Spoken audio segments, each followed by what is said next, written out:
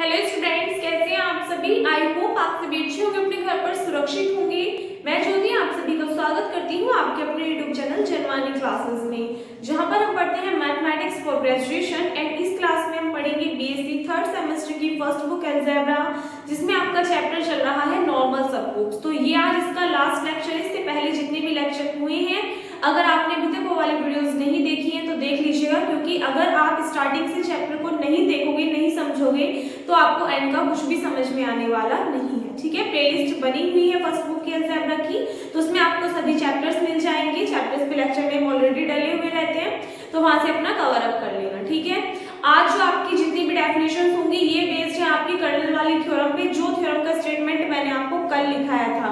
अगर आपने स्टेटमेंट नहीं याद है तो एक बार कर लीजिएगा। ठीक है, स्टेटमेंट का जो मैं आपको सिंबॉलिकली उसको कैसे रिप्रेजेंट करते हैं वो बता रही हूँ कि के अगर क्या है, कर्नल है किसी भी ग्रुप का, तो उस कंडीशन में जो फंक्शन बनेगा वो क्या बनेगा कि अगर x किसको बिलोंग कर रहा है, g को बिलोंग कर रहा है, so that f of x किसके इक्वल होगा, e डैश के इक्वल होगा। इस फॉर्म में हम क्या करते हैं, उसको सिंबॉलिकली रिप्रेजेंट करते हैं। ठीक है, तो अगर आपने अभी तक वाली नहीं देखी और ये मैंने आपको बताई थी, very very very most important theorem है इस चैप्टर की। ठीक है, तो जितने स्टूडेंट्स ने नहीं की है कर लीजिएगा। आज जो थ्योरम्स करेंगे वो आपकी इसी पर बेस्ड है, यानी कि इस वाले स्टेटमेंट का इन थ्योरम के प्रूफ में यूज होगा। तो आपको ये स्टेटमेंट जो है वो अच्छे से याद होना चाहिए। फर्स्ट थ्योरम आपके सामने लिखी हुई है, क्या है, if f is a homomorphism of a group G into a group G dash, अगर f क्या है, होमोमॉर्फिज्म है of group G, group G का किस पर, ग्रुप G dash पर, with kernel A, then K is a normal subgroup of G। तो K क्या होगा, नॉर्मल सबग्रुप होगा किसका, G का। ये हमें क्या करना है, थ्योरम में प्रूफ करके दिखाना है। अब एक बात बताइए, इस टाइप की हमने कल भी की थी और इससे जो पहला लेक्चर था उसमें भी हमने एक प्रूफ किया था। तो अगर आपको किसी भी टर्म को क्या करना होता है, नॉर्मल सबग्रुप शो करना होता है किसी भी ग्रुप का, तो हम क्या करते हैं, सबसे पहले उसको सबग्रुप शो करते हैं। यानी कि पहले हम करेंगे कि क्या है, सबग्रुप है किसका, ग्रुप जी का, एंड देन हम प्रूफ करेंगे कि क्या है, नॉर्मल सबग्रुप है किसका, जी का। ठीक है, तो पहले क्या प्रूफ करना है कि जो के है वो है सबग्रुप ऑफ जी, यानी कि ग्रुप जी का सबग्रुप है। सबग्रुप के लिए कंडीशन क्या बताए कि सपोज दैट ए और बी अगर कोई भी दो एलिमेंट आपकी जी को बिलोंग कर रहे हैं ना, तो ए और बी का इनवर्स किसको बिलोंग करना चाहिए, के को बिलोंग करना चाहिए। किसको बिलोंग करना चाहिए, के को बिलोंग करना चाहिए। अगर ये कंडीशन अप्लाई हो रही है तो के क्या होगा, सबग्रुप होगा किसका, जी का।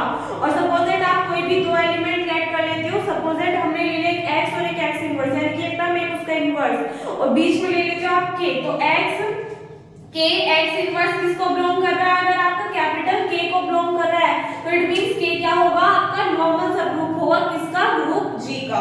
तो ये दोनों चीजें हमें क्या करनी है, इस थ्योरम में प्रूफ करनी है। ठीक है, तो सबसे पहले तो जो आपको गिवन है वो ही देख लीजिए। हमें दिया हुआ है कि कैसे homomorphism of group G to group G dash. तो आप लेके चलोगे, if f is a homomorphism, if f is a homomorphism of a group G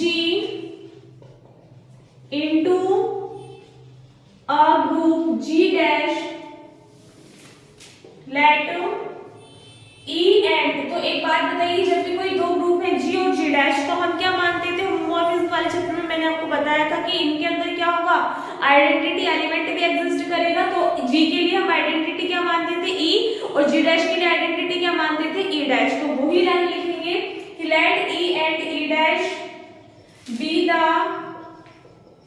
be the identities of G and G dash, यानी कि E किसकी identity है, G की, और E डैश किसकी आइडेंटिटी है, G डैश की आइडेंटिटी है। देन कर्नल की डेफिनेशन से आपको याद होगा कि किसके इक्वल होता है, के सेट होता है जहां पर x किसको बिलोंग करेगा, G को बिलोंग करेगा, such that f of x किसके इक्वल होगा, यहाँ पे E डैश के इक्वल होगा।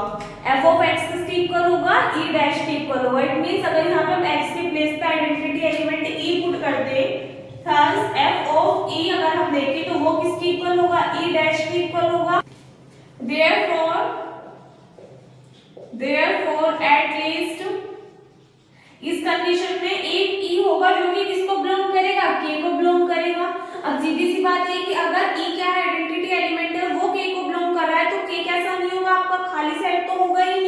तो आप इसके लिए लिख दोगे thus K is not empty। Empty सबसे एम्प्टी सेट कौन सा होता है आपका, जो बिल्कुल नल होता है, जो बिल्कुल खाली होता है। बट अगर इसके अंदर कोई भी एक एलिमेंट एग्जिस्ट कर रहा है तो सीधी सी बात, हमने ये चीज तो हमें पता है कि K क्या होगा आपका, खाली तो नहीं होगा।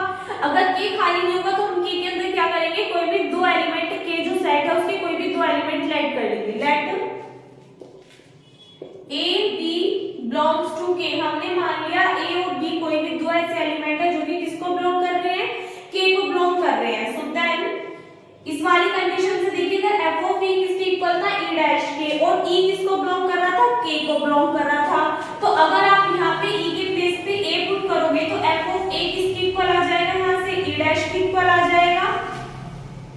एंड अगर E के प्लेस पे आप B पुट करोगे तो f of B किसके इक्वल आएगा, यहाँ से वो भी E डैश के इक्वल आएगा।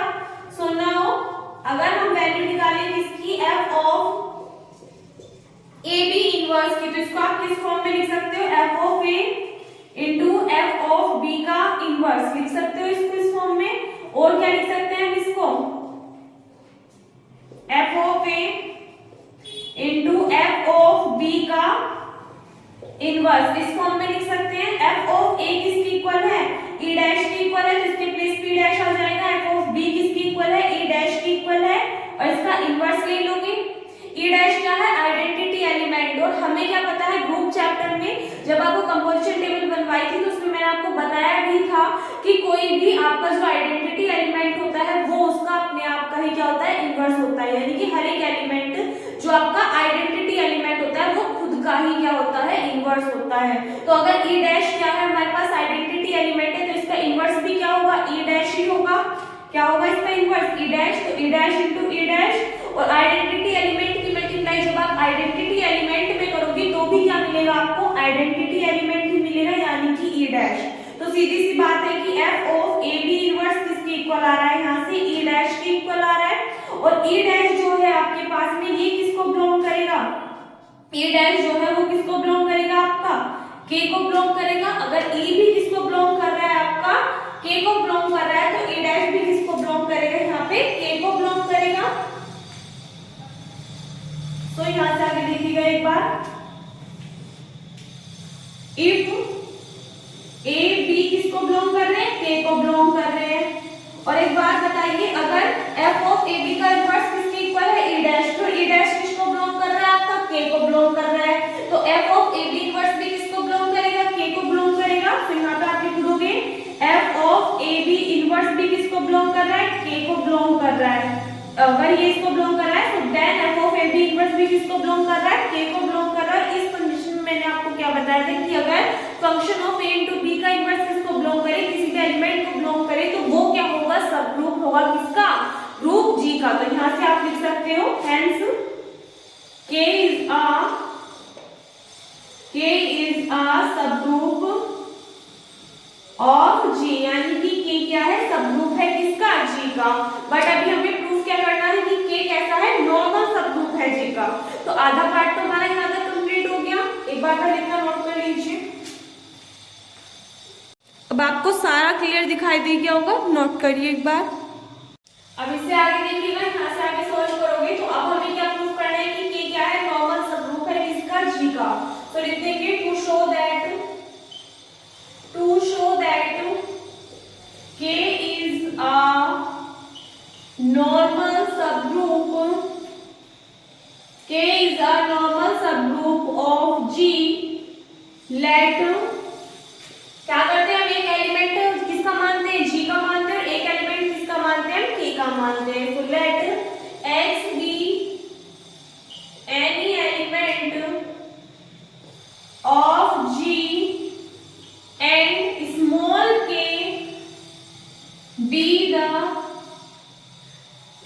k be any element of capital K, यानी कि जो स्मॉल k है वो किसका एलिमेंट मान लिया, K कैपिटल K का, और X हमने एलिमेंट मान लिया किसका, G का। सो देन कंडीशन कौन सी निकालनी होती है हमें, f ऑफ क्या लिखते हैं हम नॉर्मल की कंडीशन के लिए, x, और इसके लिए एलिमेंट लिया K, तो x K x इनवर्स। इसको हम सॉल्व करेंगे तो ये किसके इक्वल आना चाहिए आपका, मतलब जो भी टर्म आएगी किसको बिलोंग करना चाहिए,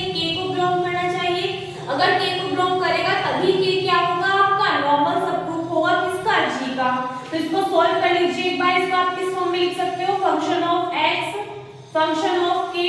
यहाँ पे एक टर्म और लिखेगा, अगर x क्या है कोई भी एलिमेंट है g का, और k क्या है कोई भी एलिमेंट है k का, तो उस कंडीशन में जो आपका फंक्शन ऑफ k होगा वो किसके इक्वल होगा, e डैश के इक्वल होगा। फंक्शन ऑफ k किसके इक्वल होगा, e डैश के इक्वल होगा। ठीक है, यहाँ से टर्म आ जाएगी आपके पास में फंक्शन ऑफ x इनवर्स। अब यहाँ पे देखिए, यहाँ पे मैंने बताया फंक्शन ऑफ k किसके इक्वल होगा, e डैश के इक्वल होगा। तो f ऑफ k के प्लेस पे क्या पुट करोगे आप, e डैश पुट कर दोगे, तो टर्म आ जाएगी f of x into e dash into f of x inverse. ठीक है, अब यहाँ पे ये आइडेंटिटी एलिमेंट है और हमें पता है कि अगर हम आइडेंटिटी एलिमेंट की मल्टीप्लाई किसी भी एलिमेंट में करते हैं तो हमें क्या मिलता है, वही एलिमेंट मिल जाता है। तो इसकी मल्टीप्लाई इसमें करोगे, क्या आ जाएगा आपके पास में, यही वाला एलिमेंट आ जाएगा। और इस बार लिख सकते हैं f x का इनवर्स, इस फॉर्म में रिप्रेजेंट कर सकते हो। हमें क्या पता है अब यहाँ से कि अगर किसी एलिमेंट की मल्टीप्लाई हम उसके इनवर्स एलिमेंट में करते हैं तो भी क्या मिलता है, हमें आइडेंटिटी एलिमेंट मिलता है। तो फंक्शन ऑफ x की मल्टीप्लाई जब आप f ऑफ x के इनवर्स में करोगे तो यहाँ से क्या मिलेगा आपको, e डैश मिलेगा। e डैश किसको बिलोंग करेगा, आपका k को बिलोंग करेगा। अगर e डैश किसको बिलोंग कर रहा है, k को बिलोंग कर रहा है, तो उस कंडीशन में आप यहाँ पे लिखोगे कि इफ x किसको बिलोंग कर रहा है, आपका g को बिलोंग कर रहा है, एंड स्मॉल k किसको बिलोंग कर रहा है, आपका कैपिटल k को बिलोंग कर रहा है, एंड x इनवर्स किसको बिलोंग कर रहा है, k को बिलोंग कर रहा है।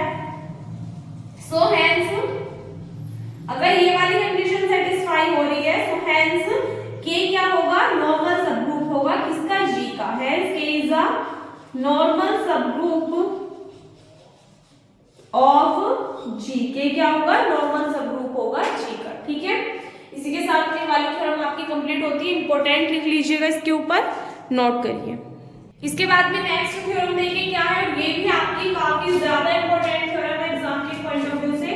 कई बार कई सारी यूनिवर्सिटी में आपकी पूछी गई है। स्टेटमेंट क्या रहता है थ्योरम का, the necessary and sufficient condition for a homomorphism f of a group G into a group G dash with kernel K to be an isomorphism of G into G dash is that K is equals to E। यानी कि कोई भी एक group है, ठीक है, कोई भी एक ग्रुप है G into G dash पर F क्या है आपका, होमोमॉर्फिज्म है विद कर्नेल K के साथ में। तो उस कंडीशन में नेसेसरी और सफिशिएंट कंडीशन क्या होगी, उस F के आइसोमॉर्फिज्म होने के लिए किस पे, ग्रुप G से G डैश पर अगर क्या है, K किसके इक्वल है, कि E के इक्वल है। K किसके इक्वल है, E के इक्वल है, यानी K जो सेट है उसके अंदर एलिमेंट क्या बिलोंग कर रहा है, E बिलोंग कर रहा है। तो उसके लिए नेसेसरी और सफिशिएंट कंडीशन बतानी होगी। अब हमें पता है कि अगर F कैसा है, होमोमॉर्फिज्म है, तो इस कंडीशन में आपकी जो मैपिंग होगी वो कैसे होगी, यानी कि जो फंक्शन होगा वो कैसा होगा, आपका 1 1 होगा। तो दो कंडीशंस हैं आपके पास में, एक तो फंक्शन 1 1 है और एक K किसके इक्वल है, E के इक्वल है। तो जब आप इसकी नेसेसरी कंडीशन शो करके दिखाओगे तो उस कंडीशन में हम क्या लेके चलेंगे, K is equals to E हम लेके चलेंगे और फंक्शन को क्या कर देंगे, अच्छा जब आप नेसेसरी कंडीशन लेके चलोगे तो हम लेके चलेंगे फंक्शन कैसा है, 1 1 है, और K is equals to E हम क्या करेंगे, शो करके दिखा देंगे। और जब हम इसमें सफिशिएंट कंडीशन लेके चलेंगे तो हम लेके क्या चलेंगे कि K किसके इक्वल है, E के इक्वल है, और फंक्शन कैसा है आपका 1 1 है, ये हम शो करके दिखा देंगे। ठीक है, तो सबसे पहले तो फर्स्ट टाइम वही लिखोगे जो हमने इससे पहले वाली थ्योरम में लिखी थी कि इफ प्रूफ करोगे इसका, if F is a homomorphism of a group G into G dash, so let E and E dash be the identities of G and G dash। E क्या है, आइडेंटिटी है किसकी, G की, और E dash किसकी identity होगी, G dash की होगी। तो let K is the kernel of a F। So हमें शो करके क्या दिखाना है, आइसोमॉर्फिज्म के लिए शो करके दिखाना है, let F is isomorphism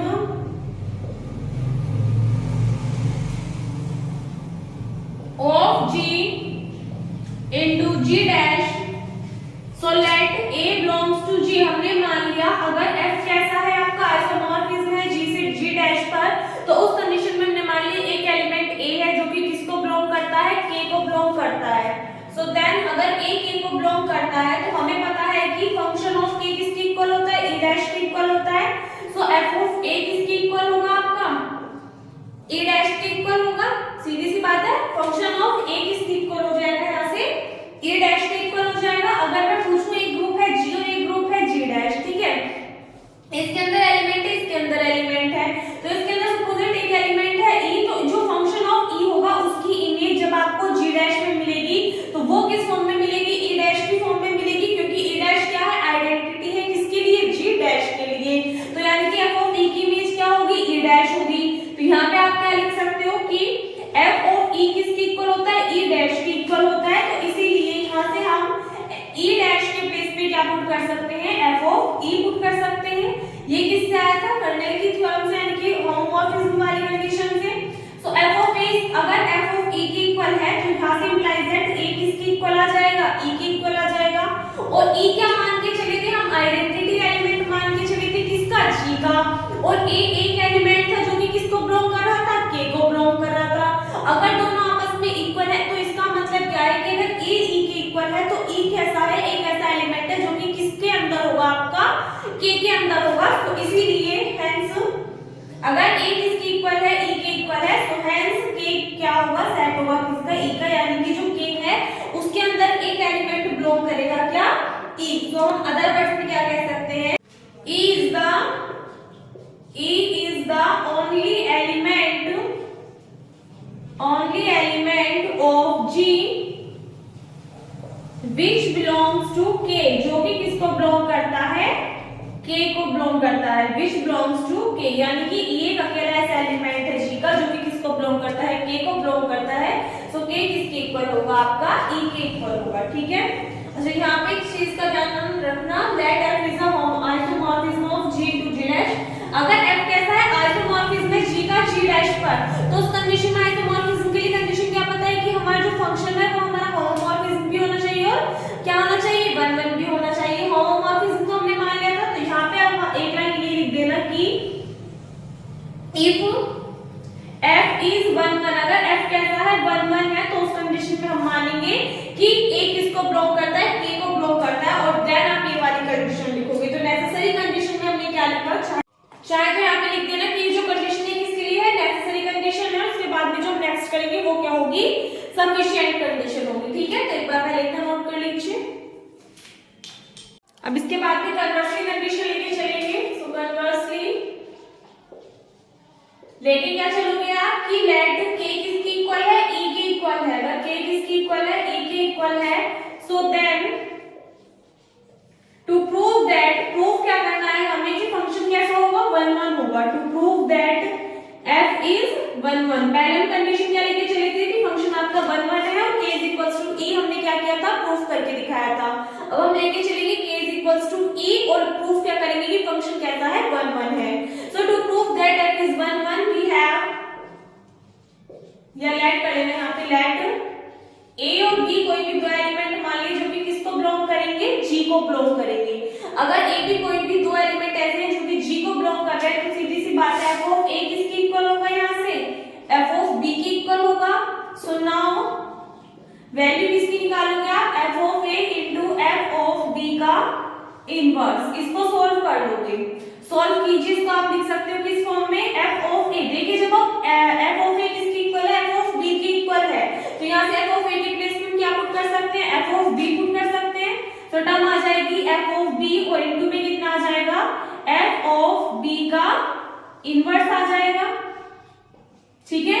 यहाँ से अगर हम देखें इसको हम किस फॉर्म में लिख सकते हैं, f of a into f of b का इनवर्स लिख सकते हैं। यहाँ से अगर आप देखो किसी भी एलिमेंट की अगर उसके इनवर्स एलिमेंट में मल्टीप्लाई करते, किसी भी एलिमेंट की उसके इनवर्स एलिमेंट में मल्टीप्लाई कर दे, तो हमें क्या मिलता है, आइडेंटिटी एलिमेंट मिलता है। तो आइडेंटिटी एलिमेंट कितना आ जाएगा इसके लिए, e डैश आ जाएगा। यहाँ से हम इसको किस फॉर्म में रिप्रेजेंट कर सकते हैं, f of a b inverse किसके इक्वल आ रहा है, यहाँ से e डैश के इक्वल आ रहा है। e डैश किसको बिलोंग करता है, आपका k को बिलोंग करता है। तो सीधी सी बात है a b इनवर्स भी किसको बिलोंग करेगा, यहाँ से k को बिलोंग करेगा। तो यहाँ से देखिएगा अभी हम मान के क्या चले थे, k किसके इक्वल है, e के इक्वल है, और अगर a b किसको बिलोंग कर रहा है, k को बिलोंग कर रहा है, k e के